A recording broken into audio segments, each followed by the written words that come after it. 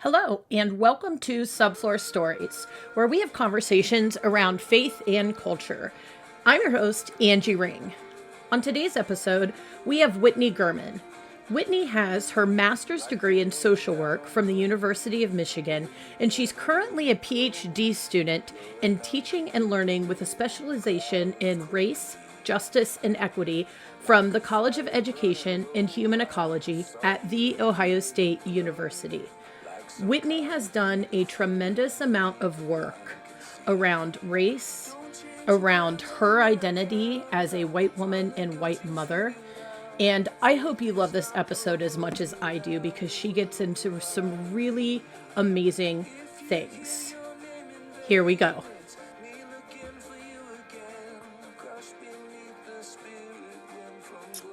All right, Whitney, welcome.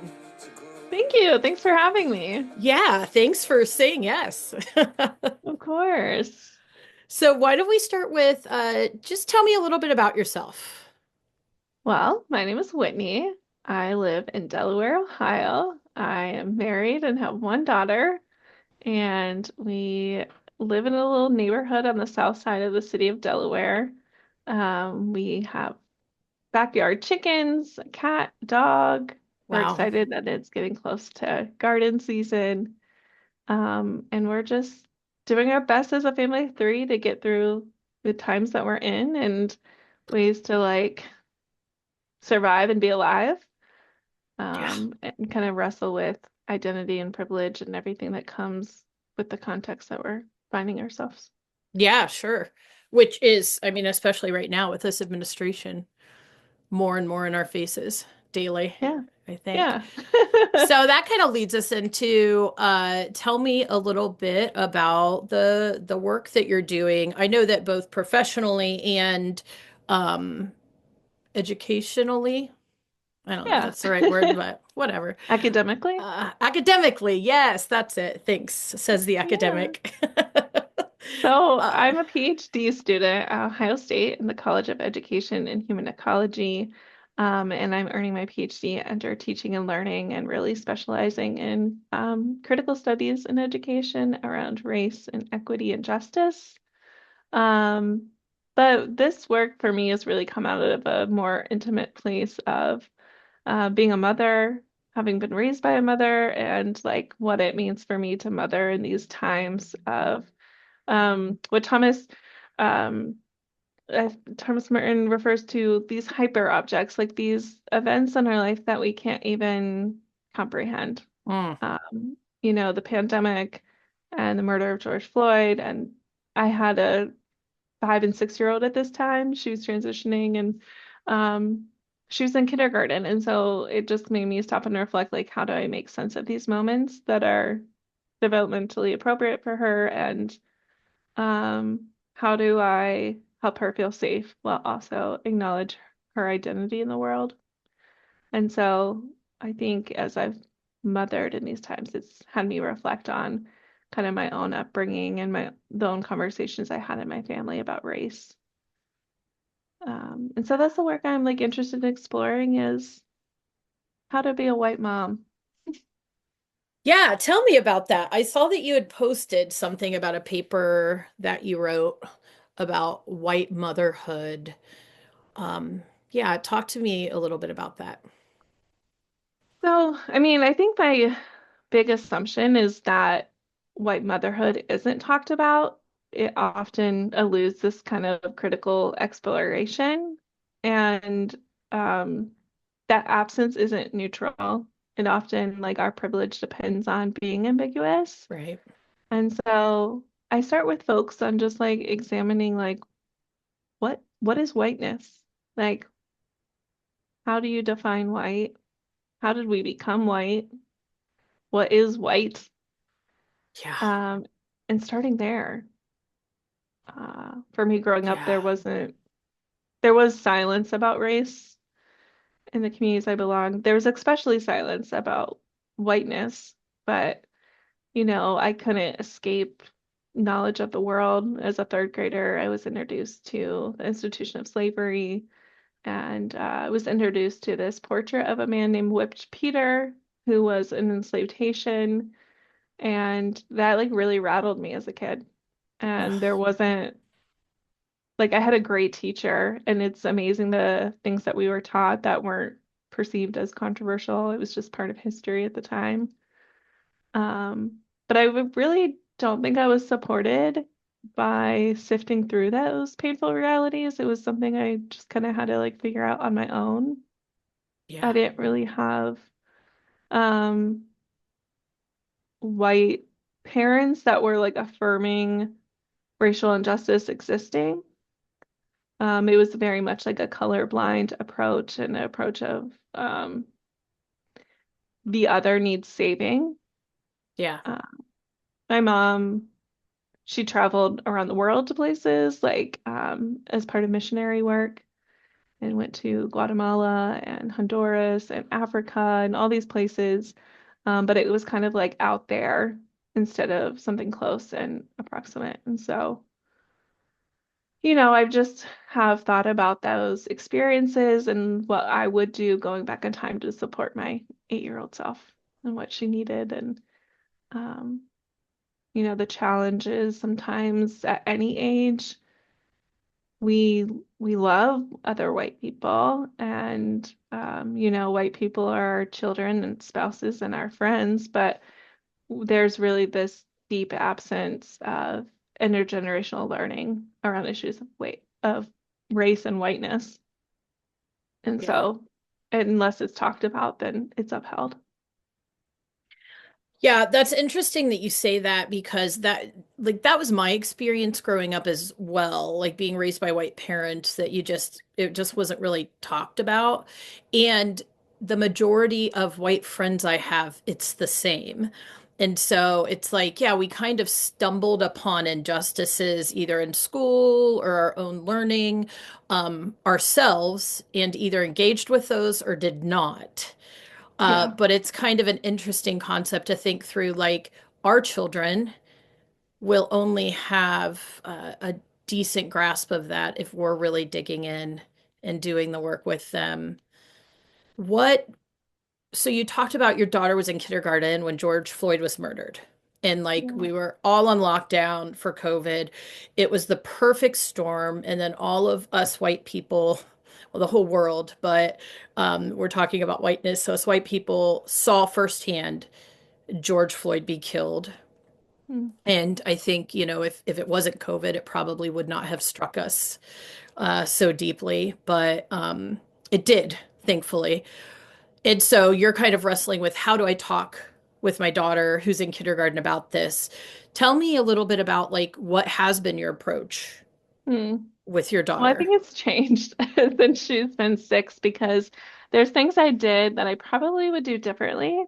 Isa has been to several protests with us. And she is like such a spirited little girl, and she learned quickly about Black Lives Matter and police brutality. And, I don't know. I have felt when I look back at my parenting and all issues that I've maybe talked to her as an adult instead of a child, Mm, and her having to raise up to understand these concepts that adults know about rather than me bend down to her level. And so I think in that time, the inappropriate thing I did was probably asking her to rise up to adult issues instead of coming down to her. But at the same time, she has learned a lot. She's participated in the Delaware African American Heritage Council. Um, she knows that these issues matter. The thing that we have shifted, though, is I think this is where the difficult part comes for liberal white women is I think we are comfortable talking to our kids about the other and Black Lives Matter and race and justice, but I don't think we're as comfortable talking about whiteness. And so that's kind of been the yeah, second I half agree. of my journey with Issa is helping her understand who she is, like who she was before colonization, who she was before this Mm, introduction of whiteness came to be in the 1600s, and helping her understand, she's like 11 years old now, like why this concept was introduced and how it was done. It was a way to break away solidarity, um, because poor white people and people that were servants or enslaved had solidarity together. I mean, they lived together, they had families together. And during the Bacon's Rebellion is when we see this introduction of whiteness in order to break apart that solidarity and for men in power to have more numbers. And, Hmm. that's a place to start. And I mean, even going further back and like looking at ancestry and finding out even before we got to the United States, who were we?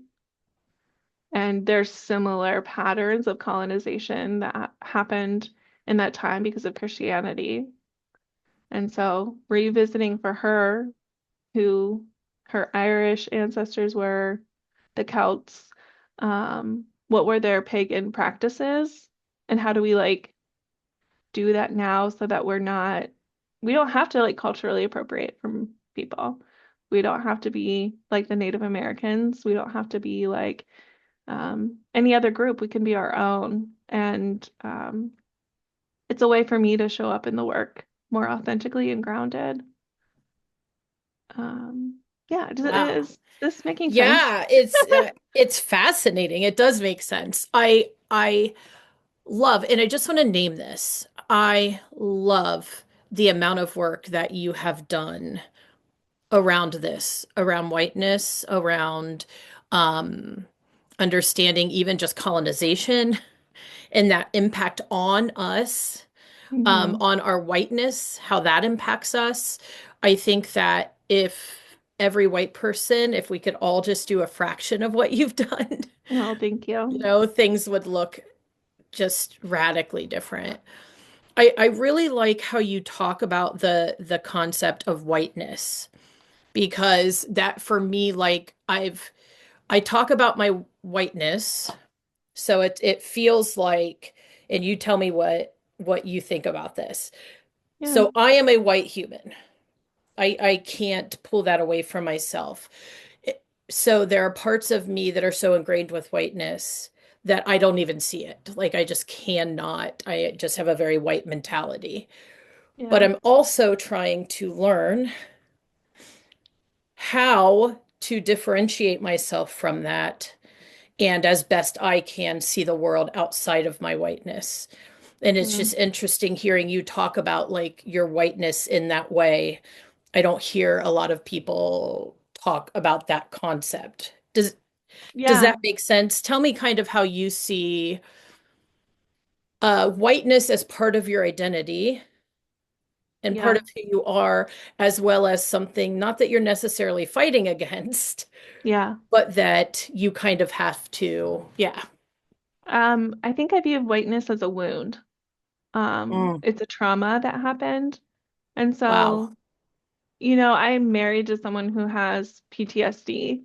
But that's not his whole identity. It certainly colors the way in which he views the world, his experiences, his upbringing, but it's not the whole of him. And in the same way, I view whiteness as this is a trauma. It's got Mm. expressed through many different ways, very exaggerated reactivity. The obvious markers of this are like all the Karen videos we've seen Yeah. online where it's like very destructive and angry and defensive and reactive, which, when you think about trauma happening, that's a fight response. That Mm. is a Yeah. high intensity arousal level. Um, But even when you understand trauma, like the higher the arousal is actually not the fight response, it's an immobilization response. The Mm. freeze state is the most primal state. It is the deepest like wound, and that kind of whiteness looks like silence, which we've talked Yes. about in the beginning. Hmm. Um, Denial, avoidance, withdrawal, kind of this like sense of helplessness. Yeah. Um, Yeah, yeah. that's really interesting to think of whiteness as a wound. Um, yeah, I haven't heard that said before. So W.E.B. Du Bois talks about the souls of Black folks, and in it, he talks about the psychological wage of whiteness and this kind of unspoken bargain that allowed white people to gain economic mobility at the expense of a spiritual and psychological cost. So it's like if we're, Wow. trading privilege, what are we giving up without maybe even acknowledging it? Um, Mm. Yeah. Feelings of empathy, uh, emotional connection to the other, but also to one another.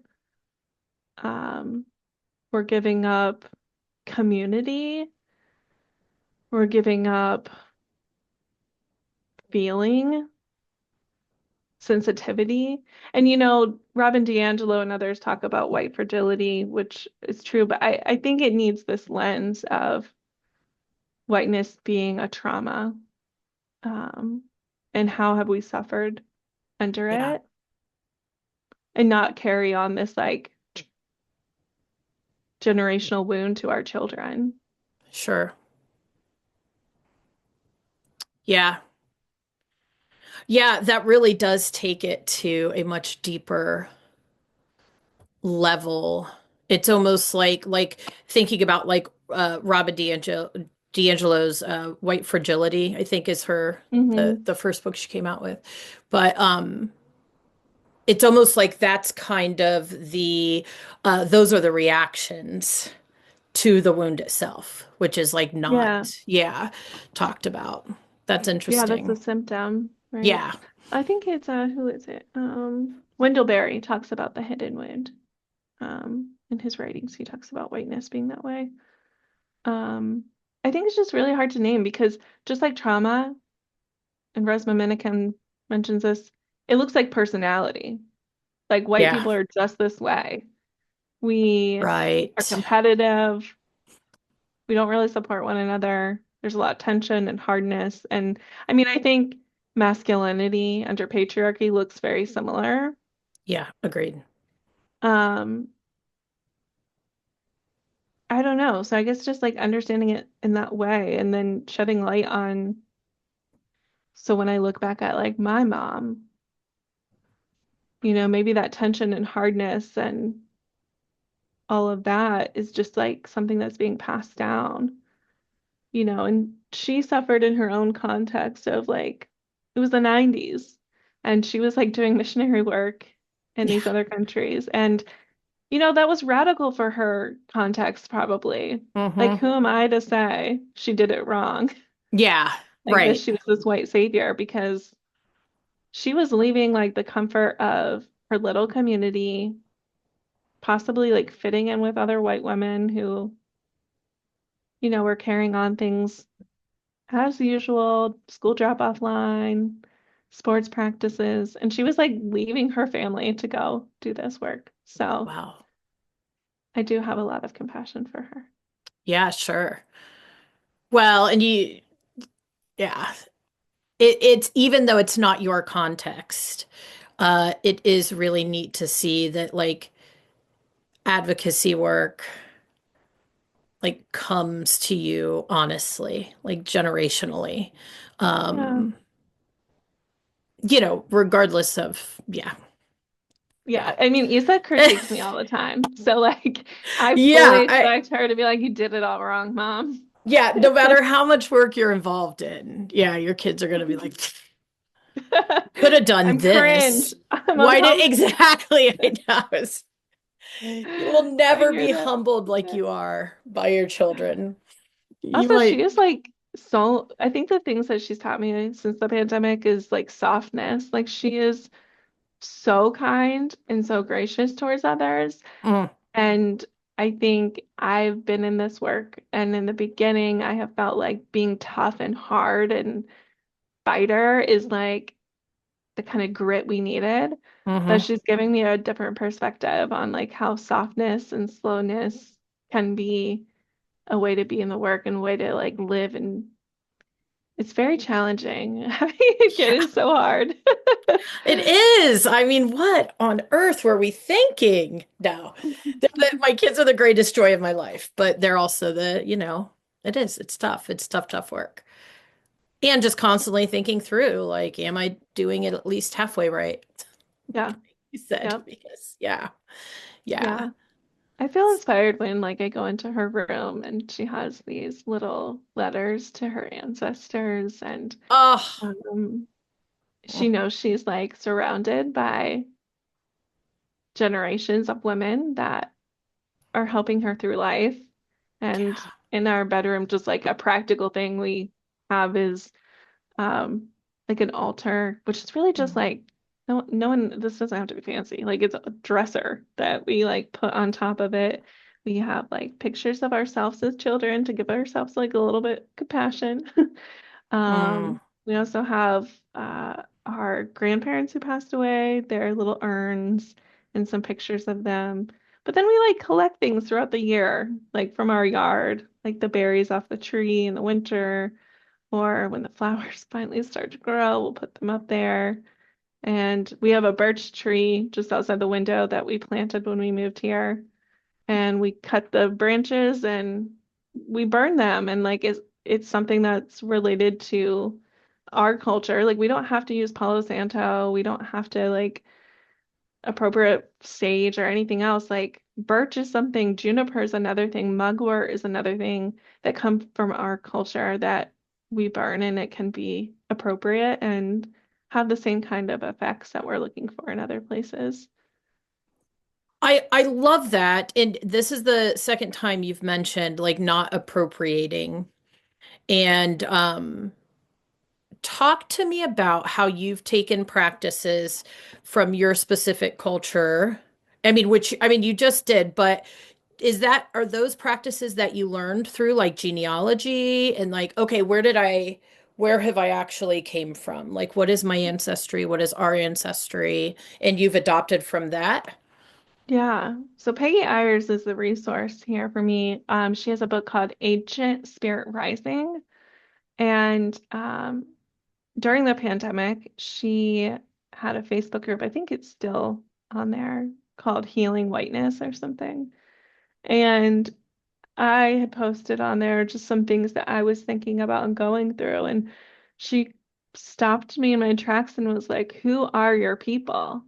Like, who do you belong to? And it was like, I was very confused by the question, Mm, but it spun me on this journey of, oh, yeah, like there are European indigenous people. yeah. Like we are indigenous too. And so what are those things that have been removed? Like, um, I mentioned like juniper, mugwort, and that's a way. Connecting to my ancestry has been really helpful to know like the geographic place, the things that they would have grown in their gardens or the traditions that they've held.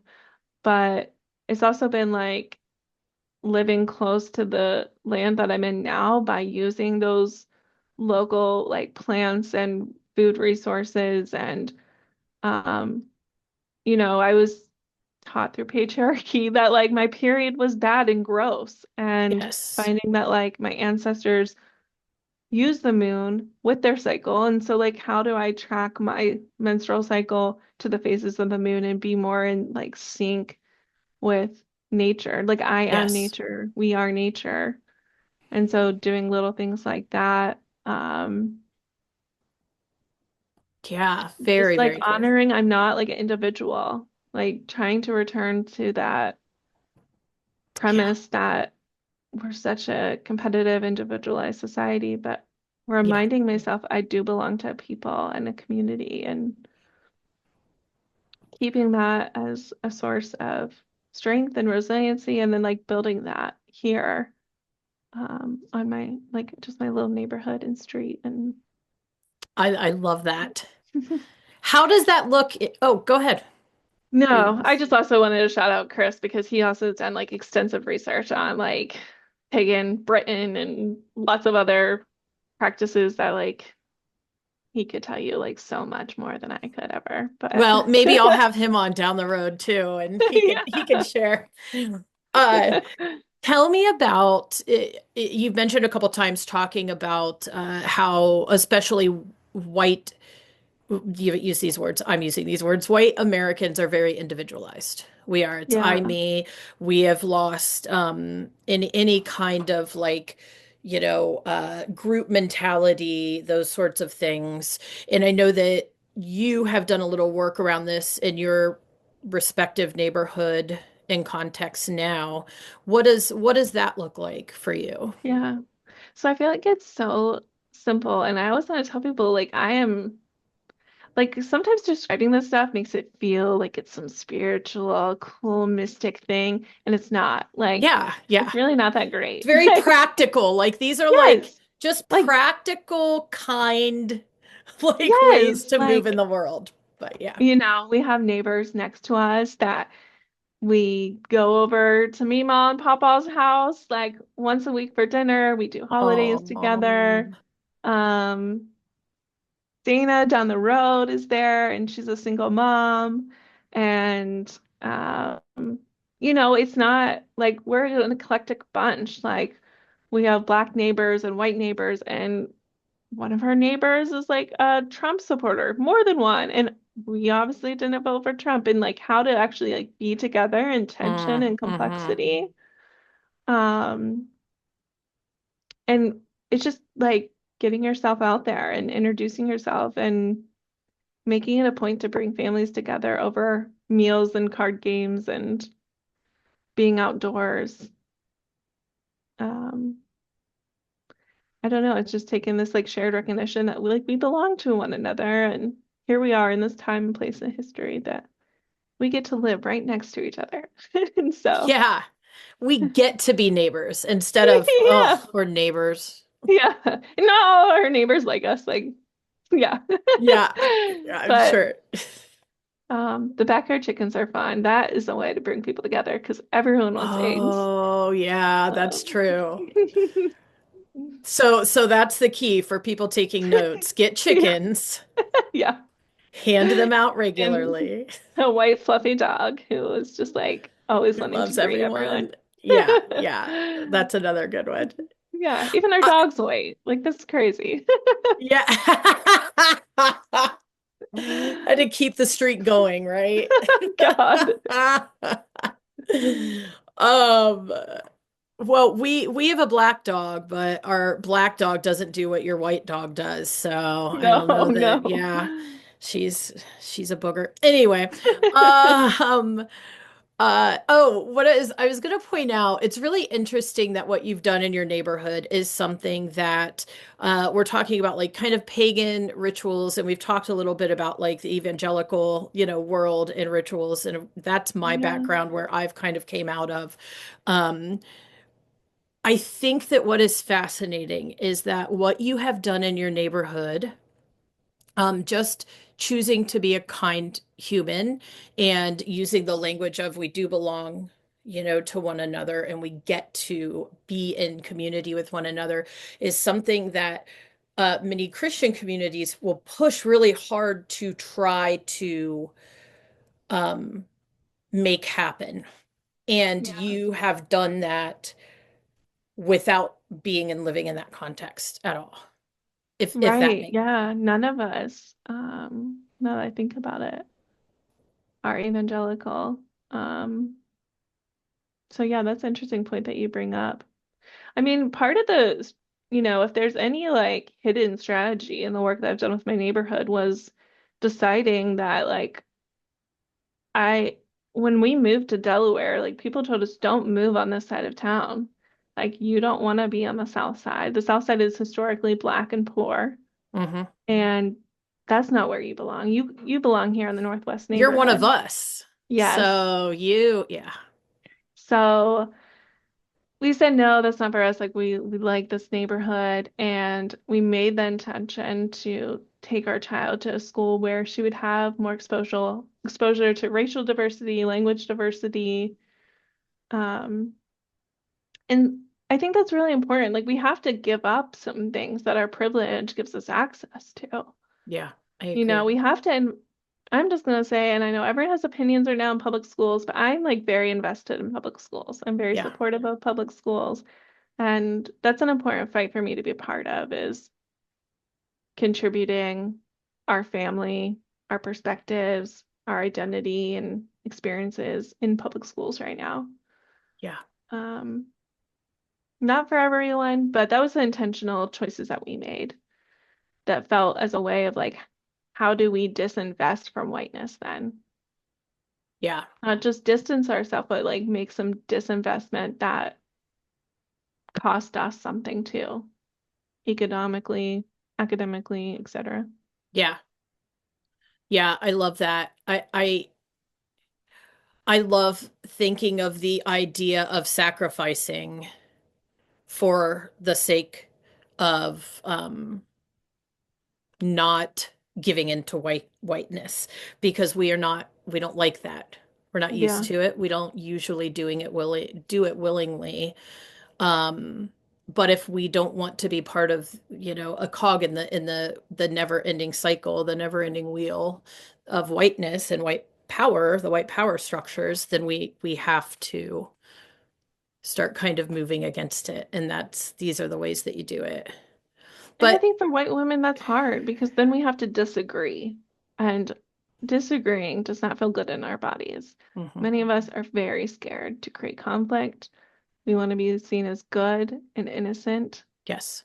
And so, wrestling with that charge a little bit, like really noticing the adrenaline that comes up in your body when you think about having to disagree and voice it and Mhm. maybe not being supported.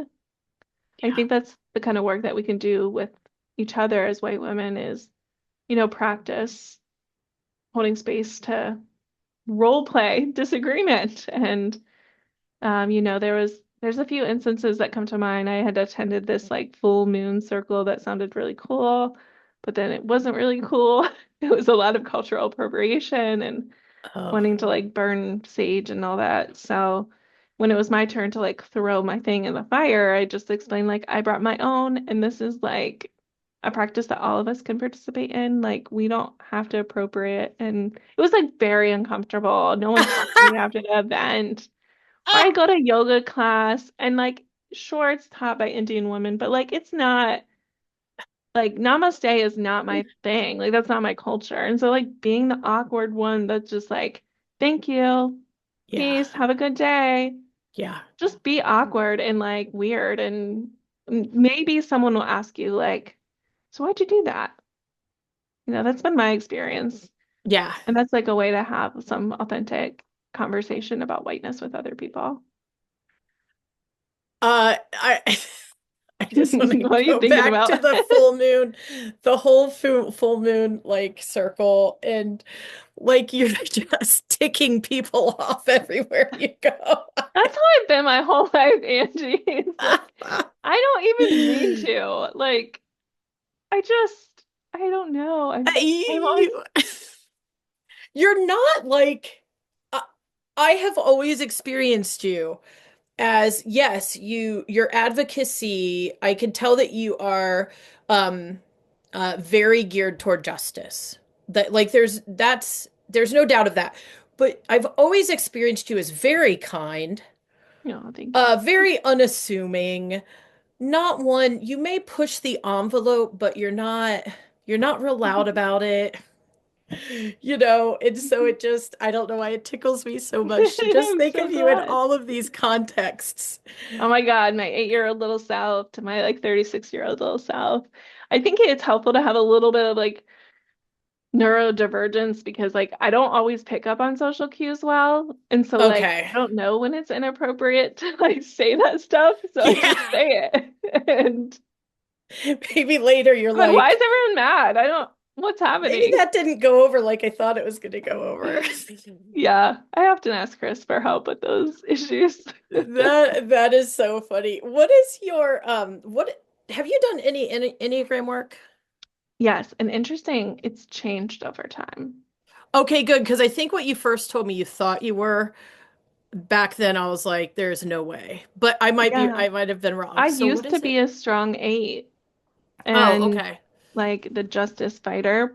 Yeah. Enneagram, and like that made so much sense to me. And it's like because of therapy, I really looked at this issue from so many different lenses, Yeah, yeah. including that like some of the drive from this comes from my own childhood trauma. Like Hmm. That this factors was a way heavily for into me to it. be heard. This was like a way to like maybe push away the issues I had and care for someone else because that Yeah, felt easier than not getting the care I needed. sure. Or just like wanting acceptance. Like I can be really good at DEI if I want to. I know the right things. I know how to like organize. I am trained academically, but like that's a way for me to belong. It's a lot more vulnerable for people to just like see my true self, which is the 8-year-old who's just like confused and trying to understand herself and trying to like expand her hobbies to like include other cultures and people, and also like I like chickens and like my dog, and Yeah. I don't know. So what is your Enneagram number now that you're identifying with that Okay, you think? what's the helper one? That's the one I turned into. Well, eight, are you talking about two? Yeah, that's what I am now. Eight goes to two anyway. They are, Interesting. The challenger that's and the helper. interesting. Yeah, so two goes to eight in, I think it's health. Although I think you pull from both ways, health and stress. And then That makes so much sense. yeah. Yeah, I mean it's very detailed. It's funny you've mentioned a couple times about like you as a child and is it appropriate to say like inner child work? Yeah, Yeah, like some internal of the family work you've done. systems. Yeah, like IFS work and yeah. So I was doing an Enneagram workshop a couple months ago, and it was just a small group of women, and I think they were all millennial women, like elder millennial women. And we were doing talking about the Enneagram and like kind of like I was helping them kind of flush out which numbers they're identifying with and like asking questions. And they several of them ended up kind of talking about um, childhood trauma and childhood wounds. Um, and I had the idea, I didn't plan on saying this, I'm just going to because it came up. Yeah. But I thought, wouldn't it be fun to do a workshop that's an inner child workshop? Because like one of the women said, I like she had a really overpowering mom. And Mm. she said, I had this one outfit that I used to wear all the time when I was like 5. And it was like, specific pants and this jacket I'd wear with it. And I loved it. And it didn't match. And it was, just kind of a hodgepodge, but she felt beautiful in it. Aw. And so we were kind of talking about that. There were lots of tears. It was really, really just a powerful time together and beautiful time together. But I thought, what if we did just an inner child workshop and everybody just came and it would have to Mhm. be, I mean, it would have to be kind of a safe group of, Yeah. like where Yeah. you have established relationships in some capacity, but everybody came like kind of dressed, whatever their Oh, inner yeah, that'd be child looks fun. or feels like. Yeah. And, I don't know. I just thought how therapeutic that could be because Yeah. this one little workshop was only like 2 hours and people like talking through these concepts. It was really moving for people. Um, anyway, so that's I on the love that. horizon. Oh, I think that's kind of like what I've tried to do is just like honor my inner child and like the interest and yes. preferences. Like, oh, that's been huge. Like just knowing my preferences. And um a few years ago I had posted some prompts around inner child healing for anti-racism, like really trying to Oh, like wow. make those parallels of what is the self-talk we have about race and racism? Like, what do you hear yourself saying? Like, maybe it's Yeah. that, like, I'm a bad person. Yeah. I'm, I don't know anything. I'm getting this wrong. And then, if that's true, then, like, where have you heard that similar message? Yeah. What age were you? And then, like, I think when we even just ask those two questions, it's like, oh my gosh, that opens up so much of, Oh, yeah. And even just the language of I'm a bad person. as opposed to I've done something that I see Mm-hmm. as bad, or I've this behavior is, Mm-hmm. something I perceive as bad instead of like the entirety of me, right? Right. Is like bad. And yeah, Yeah. yeah, Yeah. The once part, again, there can be parts of us. And like, I think when we start to evaluate those messages, then it allows some flexibility to make different choices. yeah, So many of these workshops on privilege and stuff just like jump into like make a new choice, be better, do better. right. And it just can't sustain itself because it's not getting to that root place of what happened to us, what motivates us or demotivates us in this work, what's the Yeah, self-talk we have, and like really walking through imagining like if that guilt could be removed. Like, what could you do for racial justice? Like, if you weren't yeah, scared of getting it wrong, if you didn't feel guilty, if you weren't worried about being embarrassed, what could you do? yeah. Wow. And once again, it's addressing the actual root causes instead of the symptoms, Yeah. right? Yeah, And some of for like us good girls, like we've been over accommodate, like we've overdone ourselves to the cause. We've been overly accommodating. We've been like maxing out our time and our yeah, resources. And like that's not sustainable either. And the movement doesn't want us to show up that way. So yes, like settling back, like really finding that centered accountability of I know who I am, I know who my people are, I know the skills that I can show up for and provide. That's just such a yeah, different place than, at least yeah. for me. That's been No, I a agree journey. fully. Yeah. Yeah, I think because I am an Enneagram 8, so I am very geared toward, justice and fight the injustice and all of that. And um, what that looks like for me now, as opposed to, 2020. And I'm like fighting with people on the internet over Yeah. George Floyd's murder and like, or even just the concept of, I was just talking about this with someone, just having the thought process if white people only understood. If I Yeah. could just make them understand that this is really an issue, and I had a black friend that said, "Oh, they understand." Hmm. Like, because I like naive white me is like living in this world where like Yeah. if they just actually understood, Yeah. it's yeah, but like as opposed to what it looks like now. And not that I'm above fighting with people on the internet, but Yep. I don't do it nearly as much, you know. Yes. I know that feeling. I know that experience very well. Yeah, yeah. Yeah, I feel like you were pretty vocal like several years ago too, but I most just ask most people questions now, like, yeah.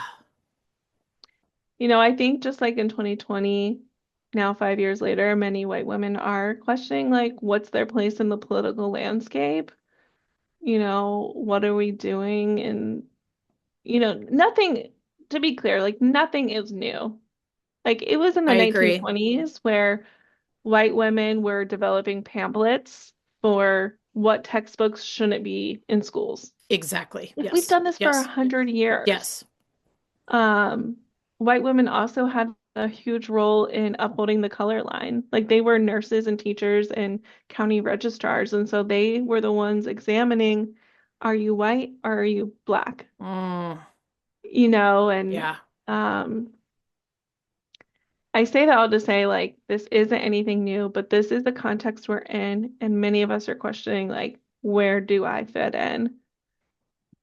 And what do I do from here? And like Yeah. that's everyone's question to ask. I'm not sure, but I do think working on this wound is like a place to, if you're gonna show up, you're gonna like hopefully commit to life. And so Yeah.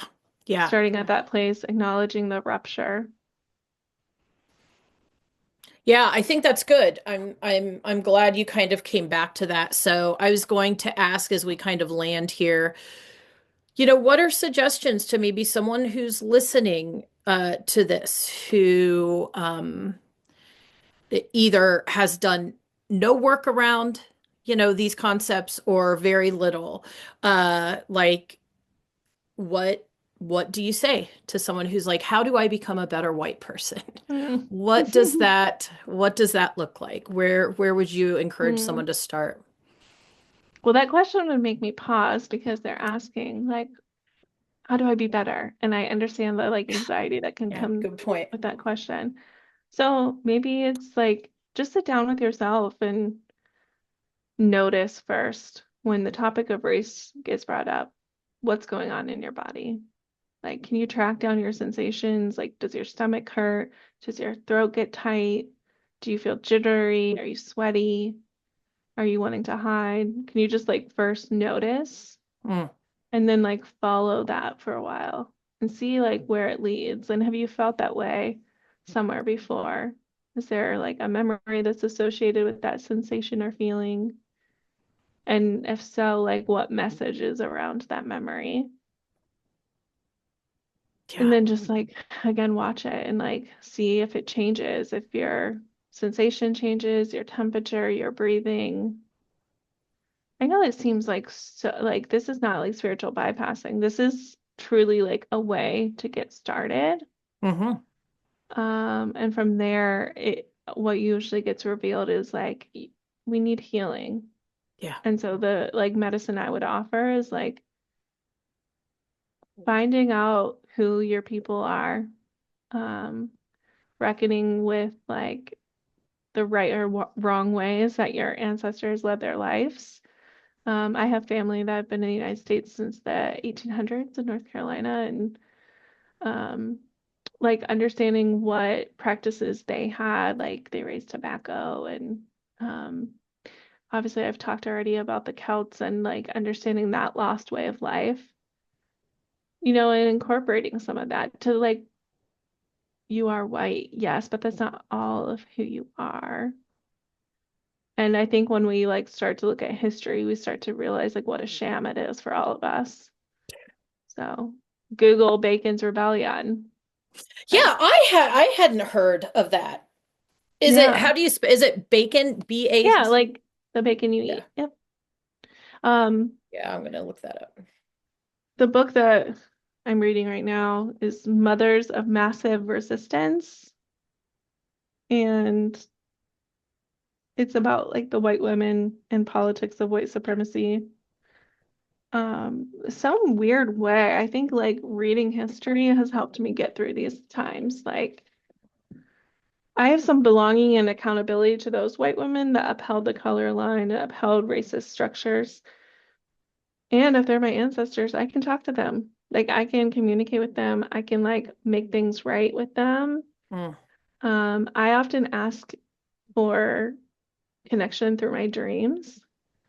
And I know this sounds like so woo-woo, but hey, look, Harriet Tubman, like she saw visions, hmm. okay? Like, and Yep. look how much freedom she created Woo for woo others. away. Yes, it is part of the work. So I don't know, that's where I would start. Yeah, that's great. And again, not just dealing with the symptoms. You're kind of Yes, yes. encouraging us to go back, look at ourselves, look inside. And like it seems so simple, but for folks who have done this work, it is life-changing. Just what are you experiencing in your body? Hmm. What do you experience right now? Like when you're thinking of this, when you see something that has to do with racism, like you said, where do you feel this? Is it in your stomach? Is it in your shoulders? And I don't think that that can be talked about enough in a world in which tensions are just getting, you know, higher and higher and higher. We are Yeah, called to the inner work. absolutely. And we don't have to do it alone. Like co-regulation is the best kind of support for our system. Mm, So finding people that can hold you in this place, whether it's other white women, finding a local movement in your community that's committed to this cause and Yeah. saying, hey, this is what I'm good at, and this, like, what can I be helpful with? I can take photos really well, or I can offer childcare, or, I'm really good at social media and I can make marketing posts, or like do the work that no one else wants to do, like managing. I don't know. There's like so much Yeah. little task at times that I'm Yeah. just like, I don't like the details. Oh, yeah. So Well, wonderful. Well, thank you for your time and your, gosh, you are just, like I said before, you've done so much work. You've done so much inner work. You've done so much work around these concepts, and it just shows. I thank mean, you. That's yeah, really nice thank to you. say. Thank you. You're welcome. And thanks for sharing. You're welcome. Thanks, everyone. Yeah. And if anybody has any questions around this stuff, get a hold of Whitney. Yeah, I'm online. Yeah, her info will be in the bio. Thank you. All right. Thanks again, Whitney. Thank you for listening. All aspects of this podcast were produced by me, Angie Ring, with overwhelming support and ongoing teaching by my son, Jairus. The song you hear is titled Death Defying Joy by the artist Andy Squires. You can find his music at Spotify, Apple Music, and YouTube. Check him out. See you next time.